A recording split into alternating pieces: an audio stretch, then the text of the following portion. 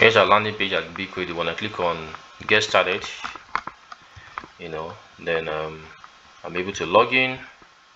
We have just two major features, which is I'm trying to log in. Two major features, which is the research and survey. With this, these are the previous research I just created. With this, when I click on create a new research, I'm able to create a new research, and I set the research title. I search the aim of the research, and I set the start of the research and when the research should end. Let's say 31st, and then I proceed to the next thing. I select the age group. Let's say I want to target young adults, then also I want to target millennials. I select the gender, do that, then select the country. Let's say I want to do it in Kigali, in Rwanda rather, or Nigeria. Select Nigeria. Select the state in Nigeria. Let's say it's Lagos State. The city, let's say Ikeja, which is on the mainland. I add that. I can add more actually. I'm going to just click next.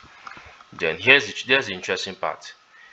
One of the value that we offer to our users is the fact that we can also give them suggested research and survey questions. So this is going to give them an idea, because most of them don't even know how to run a typical research. So you can see this automatically shows them which country do you prefer to immigrate to. This is because this is a research for a training institute. They also have an idea of the kind of skill Nigerians want to acquire. That's Nigerians that want to immigrate to the US, UK, and Canada. What kind of skill would they want to acquire? And that's why it gives them this. You can see it's automatically, this backend is we integrated GPT-4 in the backend, and this is generated based on the research goal, the research description, and the research title, and that's how we're able to come up with all of this. You can see what's the highest level of education, all of those things. Then after you are done with that, then you click on the next. You state the amount, and this is interesting part. You say the amount, based on the your budget. So let's say you state 35,000 naira.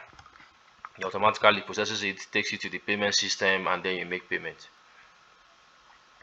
So this loads and shows Flutter Wave. We have integrated Flutter Wave in our backend for all of this to work. And as soon as you input your, you have several options here. You can even pay via bank transfer.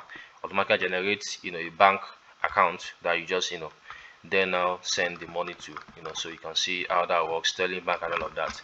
So I'm going to go back now to show you the second feature on BigCradle, which is the data flywheel.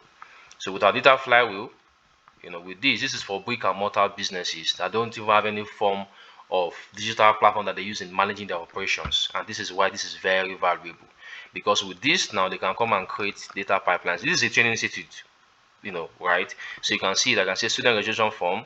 Let me just create a new data pipeline. So as a bit pipeline, I select the department which you create here earlier. So I've created previous department. I can just create multiple departments based on what I want. Then I come here and then create the data pipeline. I select this, select the department. Let's say the programs team. I say student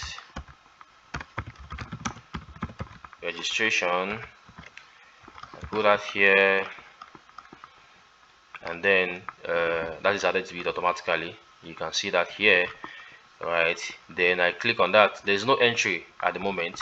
Now for me to get registration for my student, I can click on share.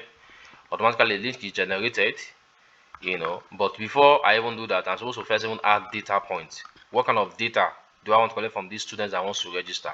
Let's say I collect their name,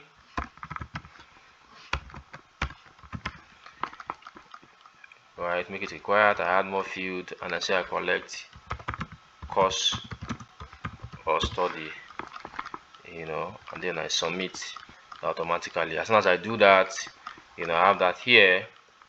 I can then now generate the link that I'll use. I'll put that on a new tab. So this is what I share with my students, for them to fill the form. So they see this, I select, maybe I say my name is Emmanuel Bode, and now to store the data analytics, and then I submit this form. Automatically submitted. Let me go back to my BigCradle, then I go to view entries. I see the entry there. Now here's the interesting part, based on, so I'm going to use a previous pipeline that already has existing entry, so I can just use this one. When I click on analyze data, automatically I can say give me detailed analytics, and then I submit this. Automatically it takes a couple of seconds to analyze. Then it gives me analytics based on, here you can see inside registration data and all of those things is being given. It also gives me a graph in addition to that. Right, and that's pretty much the two features on BigCradle. Thank you.